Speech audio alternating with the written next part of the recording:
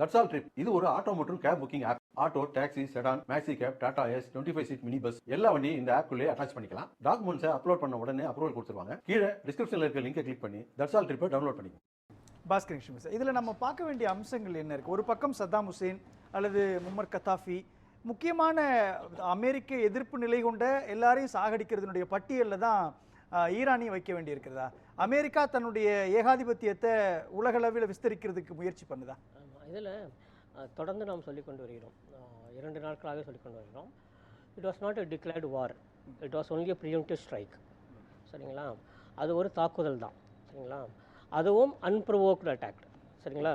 அதற்கு பின்னால் எந்த ஒரு வலுவான காரணமும் முகாந்திரமும் இல்லைங்கிறது தான் உண்மை. இது முதல்ல. இப்போது கூட இத்தனை 2 நாட்கள் முடிந்து 3ஆம் நாள் ஆகும் கூட இதை ஒரு அறிவிக்கப்பட்ட போராக, ஒரு போர் பிரகடனமாக எங்கேயும் நான் பார்க்கவே இல்லை. அது ஒரு தாக்குதல் தான், அப்படி தான் பார்த்துருக்கோம். ஆனால் இந்த தாக்குதல் நடத்துவதற்கு இருந்த பின்னணியிலையும் அது சொல்லக்கூடிய செய்தியும் தான் மிகவும் அபாயமானது, பயங்கரமானது. ஏன்னா நீங்கள் பாருங்களேன், ஒரு இறையாண்மை கொண்ட ஒரு நாட்டினுடைய தலைநகரத்தில் அந்த நாட்டினுடைய முப்படை தளபதியும் அந்த நாட்டினுடைய அரசியல் தலைமையும், அது மட்டுமே இல்லாமல் அந்த நாட்டு சாஸ்திரம் தந்திருக்கிற ஒரு சிறப்பு தொகுதியாக அந்த நாட்டினுடைய மத தலைவராக இருக்கக்கூடிய ஒரு முதியவர் ஒரு இடத்துல ரகசிய ஆலோசனை அவரோட அலுவலகத்தை நடத்துகிறார். ஒரு பொது வெளியில் கூட இல்லை. அங்கே இடத்துல அந்த இடத்துக்கு மிக துல்லியமாக குண்டு வீசி தாக்குதல் நடத்தி அவரை கொல்ல முடியும் என்று சொன்னால் அதுக்கு பிறகு எவ்வளோ பெரிய வன்மம் அமைஞ்சிருக்கு பாருங்க.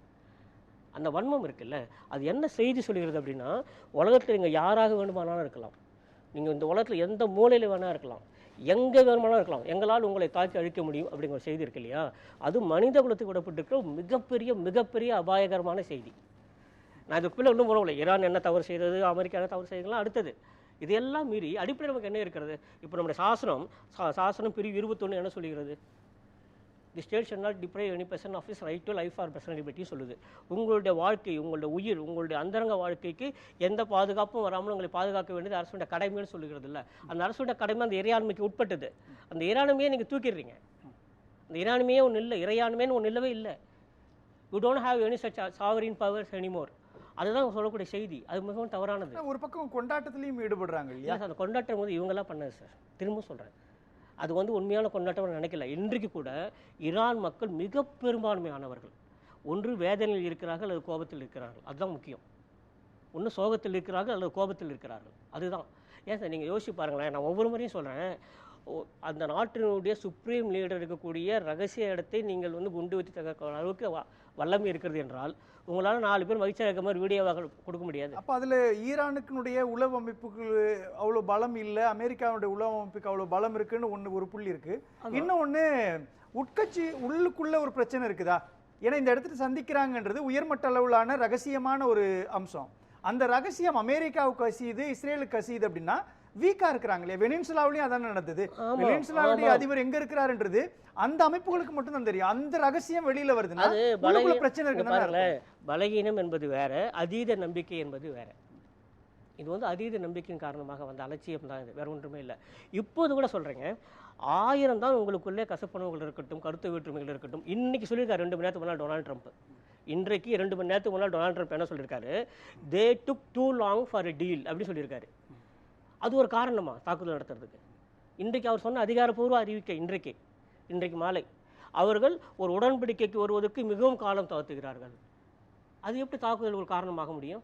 என்ன செஞ்சிருந்தா இவ்வளவு இழப்பை தவிர்த்திருக்கலாம்? என்ன செஞ்சிருக்கணும்னு நினைக்குது அமெரிக்கா ஈரான் விஷயத்துல? இல்லை, ஒன்றுமே இல்லை. அவங்களுக்கும் அங்கே ஒரு பொம்மை ஆட்சி வேணும், ஒரு பொம்மை அரசாங்கம் வேண்டும். நீங்கள் யோசிச்சு பாருங்களேன், கடந்த ஆண்டு ஜூன் மாதம் இதே மாதிரி ஒரு பெரிய அளவில் ஸ்ட்ரைக் பண்ணாங்க. சரிங்களா? மிக முக்கியமாக நட்டாஷாங்கிற பிளான்ட், அங்கே தான் யுரேனியம் செறிவூட்டக்கூடிய மிக முக்கியமான மையம் அதுதான். யுரேனியம் என்ரிச்மெண்ட் சென்டரே அதுதான். அதை முற்றிலுமாக தகர்த்தார்கள். அது இல்லாமல் மேலும் 5 மையங்களை முற்றிலுமாக தகர்த்தார்கள், தரைமட்டமாக்கினார்கள். அப்போது என்ன சொன்னாங்க? ஈரானுடைய அணு தயாரிப்பு ஆற்றலை நாங்கள் முற்றிலுமாக ஒழித்து விட்டோம் சொன்னாங்க. அப்புறம் எப்படி 200 நாட்களுக்குள்ளாக இவங்களுக்கு இந்த ஆற்றல் சேர்ந்தது? இல்லை, நல்லா புரிஞ்சுவோம். அவர்கள் சொன்னது தான். 6 மாதத்துக்கு முன்னாக நாங்கள் நிறுத்தி விட்டோம், ஏனென்றால் அவர்களுடைய அணு தயாரிப்பு ஆற்றலை முழுவதுமாக ஒழித்து விட்டோம். அது மிக முக்கியமான கவனத்தில் கொள்ள வேண்டியது. அவர்கள் வெறுமனே அந்த பிளான்ட்டை மட்டும் அழிக்கலை, அது மட்டும் பண்ணலை, அங்கே இருந்த ஒட்டுமொத்தமான அந்த விஞ்ஞானிகளையும் அவர்கள் கொலை செய்து விட்டாங்க, அத்தனை பேரையும். யாரு? ஈரான். அமெரிக்கா இஸ்ரேலுடைய அந்த தாக்குதலில் அவங்க எல்லாமே அழிந்து போனார்கள். சரிங்களா? இப்போது அணுசக்தி தயாரிப்புக்கான அந்த மூளையாக செயல்படக்கூடிய அந்த தலைமை விஞ்ஞானிகள் அங்கே இல்லை. அதற்கான யுரேனியம் செறிவூட்டுகிற அந்த மையம் இப்போது இல்லை. அதுக்குள்ளாக 200 நாட்களுக்குள்ளாக எப்படி உங்களுக்கு அந்த ஆற்றல் வந்ததுன்னு சொல்கிறாங்க? ஏற்றுக்கொள்ள முடியாது. ஆற்றல் வந்ததுன்னு சொல்லல, அந்த ஆற்றலை அவர்கள் பெற்றுவிடக்கூடாது என்றும் அப்படின்னு சொல்றாங்க. கரெக்டு தான். அதான் ஐயா சொல்கிறதான் கரெக்டு. அதுதான் சொல்கிறாங்க, எப்படி பெற்றுவிட முடியும்? இன்னைக்கு ராத்திரியாக நீங்கள் குண்டு போட்டு அவர்கள் கொலை செய்கிற அளவுக்கு அந்த ஆற்றல் எப்படி உடனடியாக வந்துவிட முடியும்? ஏன்னா ஒரு பேச்சுவார்த்தைக்கு ஒரு என்ன சொல்லியிருக்காரு இன்றைக்கி Donald Trump, they took too long for a deal. அதான் இன்றைக்கி சொல்லியிருக்காரு. அந்த வார்த்தை அப்படியே சொல்கிறேன் நான், அப்படியே சொல்லியிருக்காரு. அப்போது பேச்சுவார்த்தைகள் அவள் அதிக நேரம் எடுத்துக்கொள்கிறாள் என்பது உங்களுக்கு கோபம் அப்படின்னா, அது எப்படி நீங்கள் நினைக்கிற மாதிரி உடனடியாக நீங்கள் வந்து குண்டு போட்டு தாக்க முடியும்? அது எப்படி உடனடியாக நடந்து விட முடியும்? ஒன்று. இரண்டாவது, இங்கே பாருங்க, இரண்டாவது மீண்டும் சொல்கிறேன், இரண்டாவது சொல்கிறேன், அணுகுண்டு தயாரிப்பு என்பது வேறு, யுரேனியம் செறிவூட்டல் என்பது வேறு. ஏன் அவருக்கு கோபம் வந்து, நம்ம ஐயா கரெக்டாக சொன்னாங்க, அவங்களுக்கு கோபம் வந்தது அப்படிங்கிறத அந்த செய்தி நான் இன்னும் பார்க்கல. கோபம் வந்து ஏன் காரணம் அப்படின்னா, யுரேனியம் செறிவூட்ட தடுப்புக்கு உங்களுக்கு யார் அதிகாரம் கொடுத்தது? அணுகுண்டு தயாரிப்புக்கே கூட இவர்களுக்கு எந்த அதிகாரமே யாரும் கொடுக்கல. சரிங்களா? அதே மாதிரி இன்னொன்று, முன்ன நான் ப்ரோலிஃபரேஷன் ட்ரீட்டி தான் பேர் இருந்தது. அதை மாற்றிட்டு நியூக்ளியர் பேன் ட்ரீட்டி ஏன் மாற்றினாங்க? ஏன்னா ப்ரோலிஃபரேஷன் இஸ் அலவுடு. அவங்கள பொறுத்த வரையில் நான் ப்ரோலிஃபரேஷன்னா ஆயுத பெருக்கம், அணு ஆயுத பெருக்கம் தடை செய்து தான் அந்த உடன்படிக்கை வந்தது. அதை மாற்றிவிட்டு நியூக்ளியர் பேன் ட்ரீட்டின்னு அதை மாற்றுறாங்க, பேர் மாற்றுறாங்க. ஏன்னா இதுக்கப்புறம் யாரும் வந்து புதிதாக உற்பத்தி செய்யக்கூடாது. பெயரையே மாற்றினாங்க. இன்டர்நேஷனல் ட்ரீட்டில் பேர் மாற்றிட்டு புதுசாக இன்னொரு ட்ரீட்டி கொண்டு வந்தாங்க. நான் ப்ரோலிஃபரேஷன் ட்ரீட்டி தானாகவே இறந்து போய்விட்டது. அதுக்கப்புறம் இந்த புதுசாக என்பிடி கொண்டு வந்தாங்க. ஏன் கொண்டு வந்தாங்க அப்படின்னா, புதிதாக எந்த ஒரு அணு ஆயுத தயாரிப்பும் கூடாது. நாம் முழுவதுமாக போருக்கு எதிராக இருக்கிறோம், எந்த ஒரு ஆயுதமே கூடாதுன்னு சொல்லிட்டு இருக்கோம். ஆனால் கடந்த 40 ஆண்டுகளில் எந்த ஒரு வல்லரசாக டிஸ்ஆர்மெண்ட் பற்றி பேசியிருக்கா சொல்லுங்கள்? ஆயுத குறைப்பை பற்றி எந்த வல்லரசு எப்போ பேசிட்டு சொல்லுங்கள்? மேலும் மேலும் ஆயுத பெருக்கம் வந்து கொண்டே இருக்கிறது, ஆயுத விற்பனை நடந்து கொண்டே இருக்கிறது. அதை எங்கேயும் தடுக்கவே இல்லை.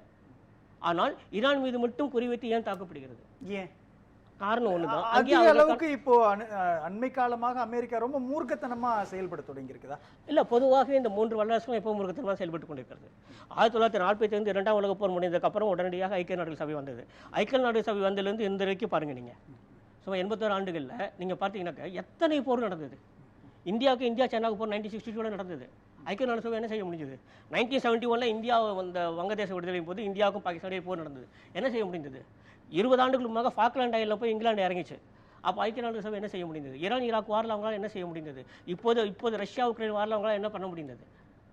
ஐக்கிய நாடுகள் சபைங்கிறது அது ஒரு ஒரு அர்த்தமற்ற ஒரு அமைப்பாக மாறிவிட்டது. இதில் இன்னொரு விஷயம் இருக்கு இல்லையா சார்? அமெரிக்க அதிபர் ட்ரம்ப்பை பற்றியான ஒரு ஃபைல் வெளியில் வருது. அதுதான் இந்த போருக்கான காரணமா? நிழல் அடிப்படையில் அல்லது நிழல் அதிகாரம் ஒன்று ட்ரம்ப் இயக்குதுன்ற ஒரு பார்வை இருக்கு இல்ல? தெரியல, அது அந்த மாதிரி குற்றச்சாட்டு எனக்கு தெரியல. நீங்க சொல்ற மாதிரியான அதெல்லாம் வந்து ரொம்ப டூ ட்ரிவியல் இஷ்யூஸ் தான் ட்ரம்ப்பை பொறுத்தவரையில். அது ஒரு பெரிய இஷ்யூ கிடையாது. எப்ஸ்டீன் ஃபைல் தான் இது முக்கியமான ரோல்ன்றாங்க. இல்ல, அது அவ்வளவு பெரிய இஷ்யூ இருக்குது வாய்ப்பே இல்லை. எனக்கு தெரிஞ்ச வரைக்கும் எனக்கு தெரியல அந்த மாதிரி. ஏன்னா ஒரு நாட்டுடைய அதிபர் பற்றியான ஒரு கோப்புகள் வெளியில வருது, கசியுது அப்படின்னும் பொழுது நிழலில் இருக்கக்கூடிய ஒரு அதிகார மையம் எதையோ விரும்புது, அதை தடுக்கிறாங்க. பாருங்களேன், அந்த ஃபைல்ஸ் பற்றி நான் பேச இப்போ தயாராக இல்லை. ஒரு ஏற்கனவே குற்றம் சாட்டப்பட்ட ஒரு குற்றவாளி அவர் கொடுக்குற ஒரு தகவலை வந்து அடிப்படையாக வைத்து இவ்வளவு பெரிய விஷயம்லாம் நடக்குமா அப்படிங்கிறது எனக்கு நம்பிக்கை இல்லை. இதோட பெருசாலாம் நடந்தது. வியட்நாம் போகும்போது பென்டகன் பேப்பர்ஸ்னு ஒரு மிகப்பெரிய ஒரு வழக்கு ஒன்று நடந்தது. சரிங்களா? ஏன்னா வியட்நாம் மீது ரசாயன குண்டை வீச வேண்டும் சொல்லிட்டு அமெரிக்கா வந்து முடிவெடுக்கிறது சொல்லிட்டு நியூயார்க் டைம்ஸ் செய்தி வருகிறது. அதே வரைக்கும் தான் பென்டகன் பேப்பர்ஸ் வழக்கே நடந்தது. உலக நீதி வரலாற்றிலேயே மிகப்பெரிய வழக்குன்றது அதுதான். சரிங்களா? அதுலேயே கூட பென்டகனில் வியட்நாம் மீது ரசாயன வெடி கொண்டு வீச போகிறோம் என்கிற அந்த தகவல் வெளியே வருகிறது. நியூயார்க் டைம்ஸில் ஹெட்லைன்ஸில் வருது. சரிங்களா? அது ஏற்படுத்தாத ஒரு பாதிப்பை இந்த ஃபைல்ஸாக ஏற்படுத்த நினைக்கிறீங்க நீங்கள்? மிகப்பெரிய பாதிப்பை ஏற்படுத்துது. ஆனாலும் அதுலேருந்து மீண்டு வந்தது, அமெரிக்கா மீண்டு வந்தது. ஸோ பென்டகன் பேப்பர்ஸ் இன்றைக்கு வரைக்கும் அவங்களுக்கு தலையில் தொங்குற கத்தி தான். அவங்க மேலே நம்பகத்தன்மை முற்றிலுமாக அழிந்து போனதுக்கு அதுதான் காரணம், முக்கியமான வழக்கு. அதிலிருந்து அவரால் வெளிவர முடிந்தது. அதனால் இப்போ டொனால்ட் ட்ரம்ப் பண்ணக்கூடிய விஷயமெல்லாம் ஒன்றே ஒன்று தான். எந்தெந்த நாடுகளெல்லாம் அவர்களால் பொம்மை ஆட்சியை நிறுவ முடியுமோ நிறுவ பார்க்கிறார்கள். இதே தான் சைனா அந்த மாதிரி பண்ணலை. ஆனஸ்ட்லி அமெரிக்காவுக்கு இருக்கும். அப்போ வந்து இஸ்ரேலை ஒரு கேடயமா பயன்படுத்துறாங்களா இந்த விஷயத்தில்? இஸ்ரேலுக்கு என்ன மோட்டிவ் இருக்கும் இதுல? இஸ்ரேலுக்கு ஒன்னே ஒன்று தாங்க, அவங்களுக்கு பகைவர்கள், கொள்கை ரீதியாக பகைவர்கள், அவர்கள் எதிரிகள், அவர்கள் சுற்றி எதிரிகள் இருக்கிறார்கள். அதனால் அவர்கள் இது மாதிரி தான் நடந்து கொள்வார்கள் அப்படின்னு புரிந்து கொள்ள முடிகிறது. ஆனால் இப்போது கூட நான் சொல்கிறேன், அமெரிக்கா செய்த இந்த தாக்குதல், நான் இதை இஸ்ரேல் தாக்குதல் சொல்ல மாட்டேன், இது அமெரிக்க தாக்குதல் தான் அடிப்படையிலே. இப்போது 2 நாட்கள் முன்னாக அமெரிக்க தாக்குதல் இருக்கு இல்லையா, அது வந்து மனித குலத்துக்கே முற்றிலும் எதிரானது. நான் ஈரானை ஆதரிக்க வேண்டுமோ அல்லது அமெரிக்கா ஆதரிக்க வேண்டுமோ என்பது எனக்கு நிலைப்பாடு இல்லை. இது இல்லை, நம்ம போரே வேண்டாம் ஏன் சார் சொல்லி மனித குலத்திற்கே எதிரான போர்னு கட்டமைக்கிறாரு? அதை நான் சொல்றேன்ல, ஒருவர் எந்த இடத்துல எங்க போய் பாதுகாப்பாக இருந்தாலும் அந்த இடத்துல வந்து உன்னை அழிப்பேன் சொல்லுவது எந்த மாதிரியான நியாயம்? அவர் எங்கிருந்து வேணா உலகத்துல ஆட்சி செய்யலாம்னு நினைக்கலாமா, அல்லது அவரும் ஒரு சர்வாதிகாரமா மாறலான்ற முயற்சி? அதுதாங்க, ஒருவர் ஒரு ஜனநாயகவாதியா சர்வாதிகாரியா, ஒருவர் வந்து வலதுசாரியா இடதுசாரியா, இதெல்லாம் பிரச்சனை இல்லை. ஒரு நாட்டின் இறையாண்மை அப்பட்டமாக மீறப்படுகிறது. இங்க போர் அறிவிக்கல் நல்லா வச்சுங்க. இந்த வரையில இன்னைக்கு வரைக்கும் வந்து there is nothing called declaration of war இல்லை. அது ஒரு ப்ரீஎம்டிவ் ஸ்ட்ரைக் தான். முதல் நாள் இரவு வரையில பேச்சுவார்த்தை நடத்திவிட்டு மறுநாள் காலையிலே கொண்டு வந்து நீங்கள் குண்டு போட்டு அந்த நாட்டினுடைய அரசியல் தலைமையை நீக்குவீர்கள், அந்த நாட்டுடைய பாதுகாப்பு அமைச்சரை கொலை செய்வீர்கள், அந்த நாட்டினுடைய முப்படை தளபதியை நீங்கள் கொலை செய்வீர்கள். இதற்கெல்லாம் என்ன காரணம் இருக்க முடியும்னு நீங்க நினைக்கிறீங்க? ஏற்றுக்கொள்ள முடியாது. ஈரான் மீது என்ன தவறு இருக்குங்கிறத உள்ள போக விரும்பல. இப்ப ஈரான் மேல ஒரு பெரிய ஆறாத வடுவை அமெரிக்காவும் இஸ்ரேலும் ஏற்படுத்தி இருக்கு. இதற்கு என்ன விலை கொடுக்க வேண்டிய கட்டாயம் ஒன்று இருக்கும் கண்டிப்பா. ஒரு பிகின் அப்படின்னா, ஒரு தொடக்கம் அப்படின்னா அதுக்கு ஒரு முடிவு இருக்கும். இதோட பின் விளைவோ அல்லது விளைவோ இப்ப நம்ம சொல்ல தயாராக இல்லை. ஆனால் நாம் கேள்விப்படுகிற, நான் அறிந்த வரையில சொல்கிறேன், என் சிற்றறிவு கட்டிய வரையில இப்போதைக்கு ஈரானுக்கு எந்த வகையிலுமே பதிலடி தாக்குதலுக்கு தருகிற ஒரு ஆற்றல் இல்லை. இட்ஸ் அ டிப்ளீட்டட் ஃபோர்ஸ் இப்போதைக்கு, சரிங்களா? Totally depleted force. இப்போதைக்கு என்ன பண்ண முடியும்னா, அங்கங்கே சிறிய அளவில் ட்ரோன்களை அனுப்பி அங்கே இருக்கக்கூடிய ஏதாவது அமெரிக்க தளவங்களை அழிப்பது, அந்த அளவுக்கு தான் பண்ண முடியும். அதுக்கு மேலே ஈரானுக்கு இப்போதைக்கு ஆற்றல் இல்லை. ஆனால் இந்த பகைமை அவர்கள் இப்போது செய்திருக்கிற இந்த இந்த இந்த சம்பவத்தின் காரணமாக அவர்களுக்கு ஏற்பட்டிருக்கிற அந்த பகை உணர்ச்சி இருக்கு இல்லையா, அது மறைவதற்கு பல நூற்றாண்டுகளாகும். யோசிச்சு பாருங்களேன். 1000 தான் இருக்கட்டுங்க. ஏன்னா நான் ஏற்றுக்கிறேனா இல்லையாங்கிற வேற விஷயம், அமெரிக்காவை நான் ஏற்றுக்கொள்கிறேன் என்பது வேறு விஷயம். ஆனால் ஒரு தன்னுடைய இறையாண்மைக்கு உட்பட்ட ஒரு நாட்டில் தலைநகரத்தில் தன்னுடைய அலுவலகத்தில் தன்னுடைய அமைச்சரோட பேச்சுவார்த்தை நடத்தி கொண்டிருக்கிறார். அதுக்கு முதல் நாள் வரைக்கும் அந்த அரசனோட நீங்கள் பேச்சுவார்த்தை நடத்தியிருக்கிறீர்கள். உடனடியாக நீங்கள் கொண்டு வந்து குண்டு வீசி தாக்கி அத்தனை பேரும் கொலை செய்ய முடியும் என்று சொன்னால் எப்படி ஏற்றுக்க முடியும் சொல்லுங்கள்? நான் இப்போது கூட சொல்கிறேங்க, சைனா கொடுத்த கண்டன அறிக்கை எனக்கு மகிழ்ச்சி தரவில்லை, ரஷ்யா கொடுத்த கண்டன அறிக்கை எனக்கு மகிழ்ச்சி தரவில்லை, நேற்று மாலை ஐக்கிய நாடுகள் சபையில் நடந்த அந்த பாதுகாப்பு சபையோட கூட்டம் எனக்கு மகிழ்ச்சி தரவில்லை. ஏனென்றால் முதல் முறையாக எதிர்த்து அவங்க சொல்லியிருக்கணும். ஒரு நாட்டின் இறையாண்மை காப்பாற்றப்படவில்லை என்றால் அந்த நாட்டு மக்கள் அத்தனை பேரும் அனாதையாக ஆக்கப்படுகிறார்கள். இந்த இந்த இந்த இந்த விஷயத்தை நம்ம எப்போ புரிஞ்சுக்க போகிறோம்? ஒரு பயங்கரவாதி எங்கேயோ பதுங்கி இருந்தாரு, நீங்கள் போய் தாக்குனீங்க அப்படின்னும் போது பயங்கரவாதி தானே தாக்கினார் அப்படின்னு சொல்லி நம்ம சும்மா இருந்தோம், சரிங்களா? பயங்கரவாதியாக இருந்தாலும் அவருக்கும் முறைப்படி சட்டப்படிதான் நீதி கிடைக்க வேண்டும் நான் உறுதியா இருக்கேன். ட்ரம்புடைய பார்வையில் அவர் ஒரு பயங்கரவாதியா தானே பார்க்கிறார். அவர் சொல்றப்ப அவர் பார்வை எப்படி வேணா பார்க்கலாங்க. நாளைக்கு அவர் என்னைய கூட பயங்கரவாதியா பார்க்கலாம். அது எப்படி இருக்க முடியும்? அவருடைய பார்வையில் ஒரு பயங்கரவாதி என்பதனால ஒரு பயங்கரவாதி ஆகிவிட முடியாது. அப்படியே அவர் உண்மையிலே பயங்கரவாதியாக இருந்தாலும் கூட அதற்கான நடைமுறை இது இல்லை. இது இல்லை நடைமுறை. இதுல இந்தியாவோட மௌனம் எதை சார் காட்டுது? மௌனம்ங்கிறத நான் எடுத்துக்க மாட்டேங்க. இந்தியா மௌனமும் சொல்லலாம். அப்படி பார்க்கணும்னா எல்லாமே மௌனம் தான். சைனா மௌனமாக தான் இருக்கு, ரஷ்யா மௌனமாக தான் இருக்கு, அறிக்கை விட்டுவிட்டு சும்மா தான் இருக்காங்க. இதே தான் 2 நாட்களாக சொல்லி கொண்டிருக்கிறோம் நம்ம சேனல்ல. எந்த ஒரு நாடும் நேரடியாக களத்தில் இறங்க போவதில்லை தான் நம்ம 2 நாளுக்கு முன்னதாகவே சொன்னோம். இந்தியா மட்டும் என்ன செய்ய முடியும்? மிக அதிகபட்சமானால் பேச்சுவார்த்தைக்கு வாருங்கள் என்று அழைக்கத்தான் முடியும்.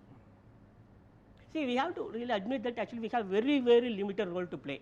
அதுக்கு மேலே இல்லை. நம்ம இப்போதைக்கு தயவுசெய்து தொலைபேசியில் பேசியிருக்காங்க, இந்திய பிரதமர் அவர்கள் பேசியிருப்பதாக தகவல் வந்திருக்குன்னா தொலைபேசியில் பேசியிருக்காங்க, தயவுசெய்து சமாதானமாக போங்க அப்படின்னு சொல்லிட்டு இதெல்லாம் பேச முடியும்.